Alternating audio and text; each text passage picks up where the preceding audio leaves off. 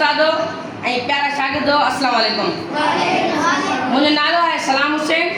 मां पाण 10वीं क्लास जो शागिर्द आहियां।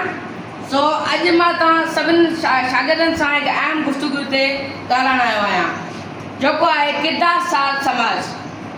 समाज रुॻो इमारतुनि या रस्तनि सां न पर माण्हुनि सां ठहंदो आहे ऐं समाज तॾहिं ई मज़बूत थींदो आहे जॾहिं माण्हू सुठे किरदार वारा थियनि, ईमानदार, महिरबान, इज़त, ज़िम्मेवारी ऐं सब्र सां भरपूर हुजनि। जेकॾहिं माण्हू सच ॻाल्हाइनि, हिक ॿिए जी मदद कनि ऐं कानून ते हलनि त समाज में अमन ऐं तरक़ी ईंदी।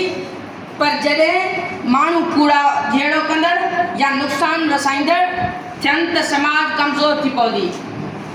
तंहिं करे किरदार जी तामीर रुॻो फ़र्दनि लाइ न पर सॼी क़ौम लाइ ज़रूरी आहे। जेकॾहिं असां चाहियूं था त हिकु ताक़तवर ऐं तरक़ी याफ़्ता मुल्क बणिजे त पोइ असांखे अहिड़ो समाज ठाहिणो पवंदो जिते हर शहरी सुठो ऐं सचो हुजे।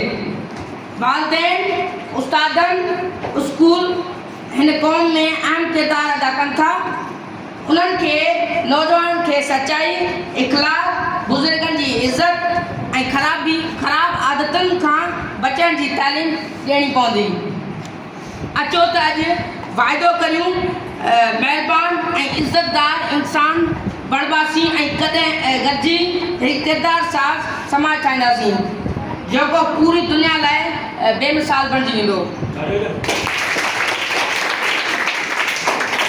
सभिनी जी महिरबानी जंहिं मूंखे गौर सां ॿुधो। पाकिस्तान ज़िंदाबाद।